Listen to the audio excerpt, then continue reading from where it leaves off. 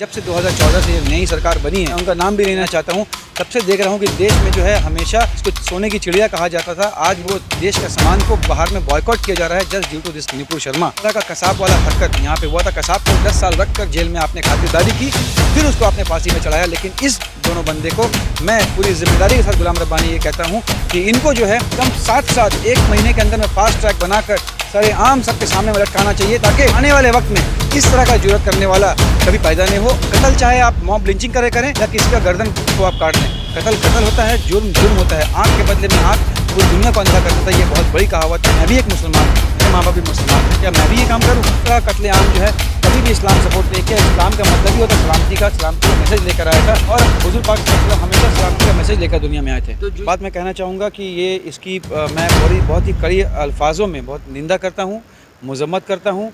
और मैं ये जानता हूँ कि मेरे जैसे जितने भी लोग हैं, चाहे वो हिंदू हो, मुस्लिम हो, सिख हो, ईसाई हो, फारसी हो, बौद्ध हो, जैन हो, दलित हो, वो कभी भी इस चीज़ को, इस तरह का कत्लेआम को कोई भी सपोर्ट नहीं करता है, और इंशाअल्लाह ताला रहमान अल्लाह ने चाहा आने वाले वक्त में कभी नहीं करेगा। दूसरी बात कि जिस तरह से नुपुर शर्मा को ने ये बयान दिया था कि हुजूर पाक सल्लल्लाहु अलैहि वसल्लम के ऊपर में जो गुस्ताखी की थी, उसके ऊपर में गवर्नमेंट ने क्या एक्शन लिया, ये भी देखना बहुत ज़रूरी है। और इस्लाम का मतलब ही होता है सलामती। इस्लाम जो कौम है वो सलामती का ही मैसेज लेके दुनिया में आया था। हुजूर पाक सल्लल्लाहु अलैहि वसल्लम ने, जो हमारे आखिरी पैगंबर हैं, मैसेंजर हैं अल्लाह की तरफ से, उनका भी सलामती का ये मैसेज था, अमन सुकून शांति का मैसेज था। कभी भी इस्लाम जो है आज तक खून खराबा को, टेररिज्म को आज तक कभी प्रमोट किया नहीं है, कभी करेगा नहीं, और आने वाला कभी नहीं करेगा। तो आप मुसलमान हो के कन्हैया लाल की जस्टिस की मांग एकदम जस्टिस की मांग कर रहे हैं। जो इस तरह का हरकत किया है वो कसाब से बढ़कर काम किया है। कसाब ने जिस तरह से उन लोगों को वहाँ पे वीटी स्टेशन में गोली चला के मार दिया गया, जिस तरह को उसको दिया गया है, लेकिन कसाब के साथ में क्या हुआ था कि उसको 10 साल जेल में रखकर खातिरदारी कर उसको आपने फांसी चढ़ाया। लेकिन इसके लिए ख़ास तौर पर फास्ट ट्रैक कोर्ट बनाना चाहिए। फास्ट ट्रैक कोर्ट में महीने भर के अंदर में इसका फ़ैसला होना चाहिए और सरेआम होना चाहिए, ताकि आवाम को भी ये देखे, चाहे वो आने वाले वक्त में किसी भी तरह कोई प्लानिंग करे तो उसको इसका सज़ा देखकर उसको दिल में डर पैदा हो कि भारत का कानून आज भी ज़िंदा है, और निष्पक्ष होकर आँख में पट्टी बांधकर भारत का कानून, अदालत उसको सज़ा देगा, और पूरा सरेआम देना चाहिए।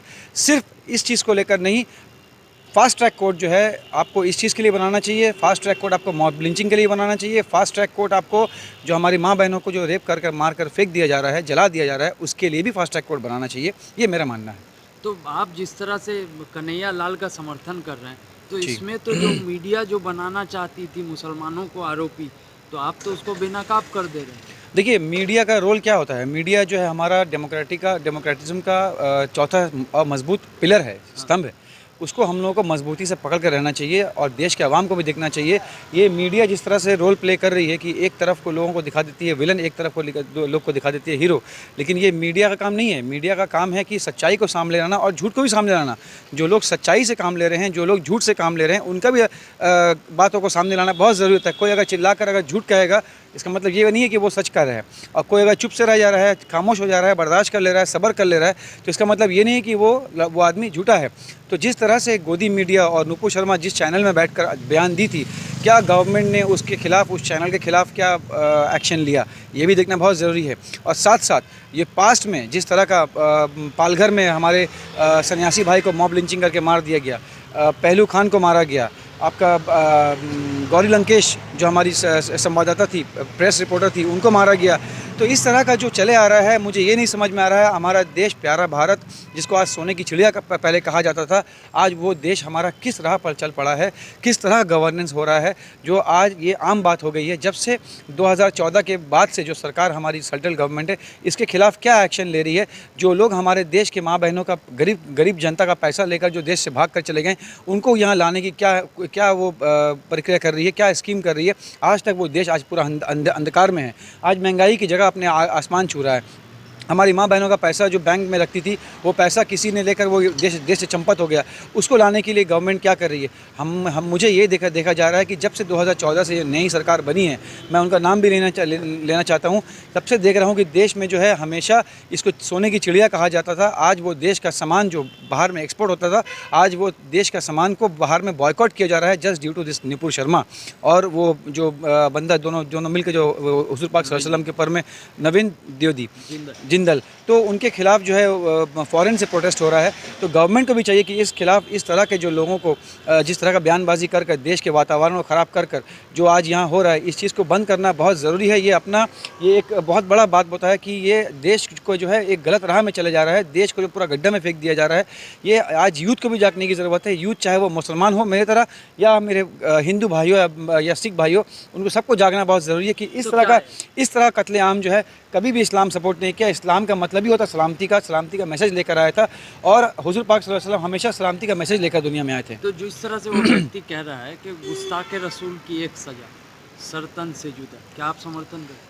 नहीं, इसका समर्थन कभी कोई नहीं करेगा। कोई भी सच्चा मुसलमान हो, सच्चा हिंदू हो, सच्चा सिख हो, वो कभी इसका समर्थन नहीं करेगा। जिस तरह से एक नेता कहता है कि देश के गद्दारों को गोली मारो उनको, तो इसका भी समर्थन लोग नहीं कर रहे। लेकिन देखा जा रहा है जो आज सत्ते पे बैठे हुए हैं ये इसका समर्थन कर रहे हैं। उनको आपने क्या सज़ा दिया जिसके वजह से इतना बड़ा फसाद पैदा हो गया? आज हमारे देश में जो है सबसे ज़्यादा ज़रूरत हम लोगों को किस चीज़ का है? क्या हमारे देश में इस तरह के नारों का ज़रूरत है, या इस देश में आज के डेट में इस देश को महंगाई से बचाने की ज़रूरत है? आज हमारी माँ बहनों को अपने घर चलाने में मुसीबतें आ रही हैं, अपने पैसों को बचाने में मुसीबत आ रही हैं। वो अपने पैसे हम लोगों का भी देकर हम लोगों का मदद किया करती थी। आज ऐसा वक्त आ गया है जहाँ देश जो है इकोनॉमी का पोजीशन इतना ख़राब हो गया है नोटबंदी के बाद से, जीएसटी के बाद से, जो देश आज किस राह पे चल पड़ा है। आज हर सेक्टर में आज हाहाकार है, नौकरी नहीं है, जॉब नहीं है, जीडीपी गिर गया है और इस तरह का मॉब लिंचिंग यहाँ हो रहा है, मर्डर हो रहा है, सन्यासी भाइयों को मारा जा रहा है। कश्मीरी पंडित का गाइडलाइंस नहीं लागे, कश्मीरी पंडित को उनका हक दिला, उसके ऊपर में कश्मीरी फाइल आप मूवी बना देते हैं और उसको टैक्स फ्री करते हैं और उसके ऊपर में आप लोग कश्मीर में जो हमारे पंडित भाई हैं उनके ऊपर में वो गाइडलाइंस नहीं लाते ताकि उनको सेफ्टी और सुरक्षा दी जाए। जी, तो एक बात बताइए, जो इतना नफरत इन दो युवाओं में, आपको क्या लगता है किसने भरा है इतना नफरत जो ये इस तरह का घटना? देखिए, ये नफ़रत का तो कोई हाथ पैर नहीं है। अब उनको लगा कि हुजूर पाक सल्लल्लाहु अलैहि वसल्लम के ऊपर में इस तरह का जो गलत बयान किया गया उसके ऊपर में इन्होंने ये ले लिया। मैं भी एक मुसलमान हूँ, मेरे माँ बाप भी मुसलमान हैं, क्या मैं भी ये काम करूँ? क्या मैं हुजूर पाक सल्लल्लाहु अलैहि वसल्लम का हक़ अदा कर दूँगा? नहीं, इससे हुजूर पाक सल्लल्लाहु अलैहि वसल्लम का हक़ अदा नहीं होता है। हुजूर पाक सल्लल्लाहु अलैहि वसल्लम का हक़ अदा तभी होगा जब अगर हम उस जो ऐसा करने वालों को अगर गवर्नमेंट सही सज़ा अगर दे दे यहाँ पे। और लेकिन एक बात हुजूर पाक सल्लल्लाहु अलैहि वसल्लम का बहुत अच्छा है जो मैं आपको कहना चाहूँगा, जो मिसाल आज पूरी दुनिया का हर एक बच्चा जानता है कि हुजूर पाक सल्लल्लाहु अलैहि वसल्लम एक गली से गुजरते थे तो एक लेडी जो है उनके ऊपर कचरा फेंक दिया करती थी। तो जब ये डेली बेसिस में होता था तो एक दिन वो नहीं फेंकी, तो हुजूर पाक सल्लल्लाहु अलैहि वसल्लम ने कहा कि वो परेशान हो गए कि ये जो आज औरत जो मेरे ऊपर कचरा फेंकती थी उनका कहाँ है पता नहीं है। तो वो पता करने गया कि वो बीमार थी, तो इनके ऊपर में वो चीज़, इनका ये एक्ट देखकर हुजूर पाक सल्लल्लाहु अलैहि वसल्लम का, उसने वो दीन कबूल किया, इस्लाम कबूल किया। ये है इस्लाम का असल मैसेज। ये इस्लाम का मैसेज जो हमारे हुजूर पाक सल्लल्लाहु अलैहि वसल्लम देकर गए हैं उस पर हम लोगों को चलना है, ना कि हम लोगों को किसी को कत्ल करना है। कत्ल चाहे आप मॉब लिंचिंग करें या किसी का गर्दन को आप काट दें, कत्ल होता है, जुर्म होता है। आँख के बदले में आँख पूरी दुनिया को अंधा कर देता है, ये बहुत बड़ी कहावत है, इसको हम लोगों को मानना चाहिए। और जिस तरह का कसाब वाला हरकत यहाँ पे हुआ था, कसाब को 10 साल रख कर जेल में आपने खातिरदारी की, फिर उसको आपने फांसी में चढ़ाया। लेकिन इस दोनों बंदे को मैं पूरी जिम्मेदारी के साथ गुलाम रब्बानी ये कहता हूँ कि इनको जो है एकदम साथ 1 महीने के अंदर में फास्ट ट्रैक बनाकर सरेआम सबके सामने में लटकाना चाहिए, ताकि आने वाले वक्त में इस तरह का जुर्रत करने वाला कभी पैदा नहीं हो और कानून के ऊपर में भरोसा रखें, कानून के ऊपर में सही फैसला लें। और ये उम्मीद करता हूँ कि हमेशा सुप्रीम कोर्ट को वॉच डॉग ऑफ डेमोक्रेसी और गार्जियन ऑफ कॉन्स्टिट्यूशन कहा गया है। आज भी वही है, ये वही देश है जो हमारे गांधी जी का देश है, जवाहरलाल नेहरू का देश है, ये इंदिरा गांधी का देश है और ये हमारे बाबा साहब अम्बेडकर का दिया हुआ जो संविधान उन्होंने बनाया है, यही देश के ऊपर में हमेशा चलते रहा है। पार्टी आते रहेंगी, जाते रहेंगी, सरकार बनती रहेंगी, बिगड़ती रहेंगी, लेकिन देश का कानून, देश का वातावरण, देश की तरक्की कभी रुकनी नहीं चाहिए। एक आखिरी सवाल, जिस तरह से कसाब को मुसलमानों ने दफनाने के लिए जगह तक नहीं दिया, तो क्या इन दोनों भारत के नए कसाब को जगह देगा मुसलमान? मेरे हिसाब से जगह देना नहीं चाहिए इनको, क्योंकि भारत की मिट्टी हमेशा, क्योंकि भारत में आज के डेट में भी आप हमें ये हमेशा अपने इंटरव्यू में कहा करता हूँ, आज भी मैं ये कह रहा हूँ कि भारत की आज़ादी में आप देख ले 65,000 से भी ज़्यादा मुसलमान माँ बहनों ने, बड़े बुज़ुर्गों ने साथ दिया था, उनका भी यहाँ पे खून शामिल है।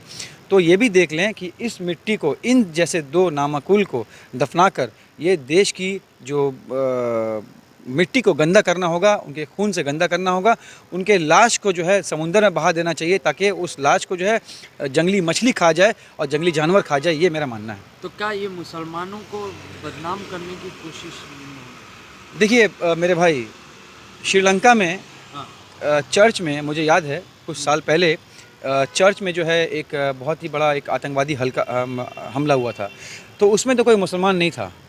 एक बात याद रखें, एक फैमिली में, एक घर में अगर 4 भाई है तो 4 भाई में से कोई ज़रूरी नहीं है कि चारों भाई जो है हाफिज़ कुरान होगा, उनमें से एक जो है बदमाश निकल ही जाता है। तो इसका मतलब ये नहीं है कि हम अपने और 4 भाई को हम गलत कह दें। तो इसी तरह से मैं अपनी जगह में गलत नहीं हूँ, मेरे भाई आप गलत नहीं हैं, आप भी मुसलमान हैं, ये भी मुसलमान हैं, तो आप गलत नहीं हैं। एक दो मुसलमान गंदा होने की वजह से, इतना घिनौना काम करने की वजह से आपको और मुझे बदनाम किया जाए, ये मेरा मानना ये सही नहीं होगा। लेकिन जो जिस तरह काम करता है उसको सज़ा उसी तरह से मिलना चाहिए, लेकिन जल्द से जल्द मिलना चाहिए, कसाब की तरह नहीं करना चाहिए। तो हम लोग अपना दिमाग इस्तेमाल करें कि कौन हमें लड़ाना चाह रहा है, जाति और धर्म के नाम पर, मंदिर और मस्जिद के नाम पर, गाय और गोबर के नाम पर हम लोगों को कौन लड़ाना चाह रहा है। आज भी आज के वक्त में भी मुसलमान और पूरा कौम, हिंदू, मुस्लिम, सिख, ईसाई, फारसी, बौद्ध, जैन, दलित, सभी यही चाह रहा है कि हमारा हिंदुस्तान, भारतवर्ष जिस तरह से पहले अमन और सुकून और शांति के नाम से जाना जाता था, सोने की चिड़िया जाना जाता था, जिसको आज ख़राब कर दिया गया है और हमें जाति और धर्म के नाम पर बांटने की कोशिश की जा रही है। हम बटे नहीं हैं भाई, हम बटे नहीं हैं। इसका साफ सीधा जो मिसाल है वो आप बंगाल से देख लें। बंगाल में जो हमारी ममता बनर्जी की क़यादत में रेड रोड में, जिस रेड रोड में हम लोग ईद और बकरीदों की नमाज़ें पढ़ते हैं, उसी रेड रोड में दुर्गा पूजा का आलीशान कार्निवल निकाला जाता है, जिसका विटनेस पूरा हिंदुस्तान, पूरे भारतवर्ष नहीं पूरे वर्ल्ड करता है। तो सेक्युलरिज्म और भारत भाई हिंदू मुस्लिम भाईचारगी का जो मैसेज बंगाल से उठता है वो हमेशा उठता रहा है और उठता रहेगा। तो हमारा दिमाग इस्तेमाल करना ज़रूरी है कि हमें कौन लड़ाना चाह रहा है, किस बात पर लड़ाना चाह रहा है, हम लोग क्यों लड़ेंगे। आज के डेट में आप देख लें कि हमें आज नौकरी ज़रूरत है, कि हमें आज लड़ना ज़रूरत है हिंदू मुस्लिम के ऊपर में। लेकिन बहुत पुरानी कहावत है भाई, मैं ये कहना चाहूँगा कि अगर कोई हिंदू मुस्लिम करेगा तो वो इलेक्शन यहाँ जीतेगा, और अगर कोई यहाँ पे अगर महंगाई के ऊपर में महंगाई को गिराने की बात करेगा और अगर वो नौकरी की बात करेगा तो वो इलेक्शन हारेगा। ये बहुत ही पुरानी कहावत है। इस चीज़ को बदलना हमारी यूथ का काम है। तो मैं इस तमाम यूथ को रिक्वेस्ट करना चाहूँगा कि ये जो पास्ट है, हमेशा यही कहा गया कि पास्ट इस पास्ट, जो पास्ट हो गया ख़त्म करें उसको, एक नया भारत, एक नया देश को बनाने का हम लोग पूरा कोशिश करें। और 2024 में ये हमारा और आपका काम है, जो हमारा गणतंत्र, जो हमारा जो राइट है, वोटिंग राइट, उस राइट को हम लोग ये देखें। क्योंकि हम जब ब्लड देने जाते हैं, जब हमारे डॉक्टर तलाश करने जाते हैं, हमारे घर में जो बीमार पड़ता है, तो हम ये नहीं देखते हैं कि हिंदू डॉक्टर चाहिए या मुसलमान डॉक्टर चाहिए, या हम ब्लड जब लेने जाएंगे अपने घर वालों के लिए, अल्लाह ना करे कभी किसी को ये नौबत आए, तो हम लोग ये देखना चाहते हैं कि हमें ब्लड चाहिए अपने घर वालों को बचाने के लिए। इसी तरह से आज हमारा देश को जो है यूथ का ज़रूरत है, अच्छा लीडर का ज़रूरत है, जो हमारे देश को गड्ढा से निकाल कर बाहर वापस चलना सिखा दे, ताकि हम लोगों को जो है आने वाले वक्त में, हमारे जनरेशन को, आने वाले जनरेशन को, अपने बच्चों को सामने में एक अच्छा और गुड मिसाल पेश करके दुनिया से जाएं।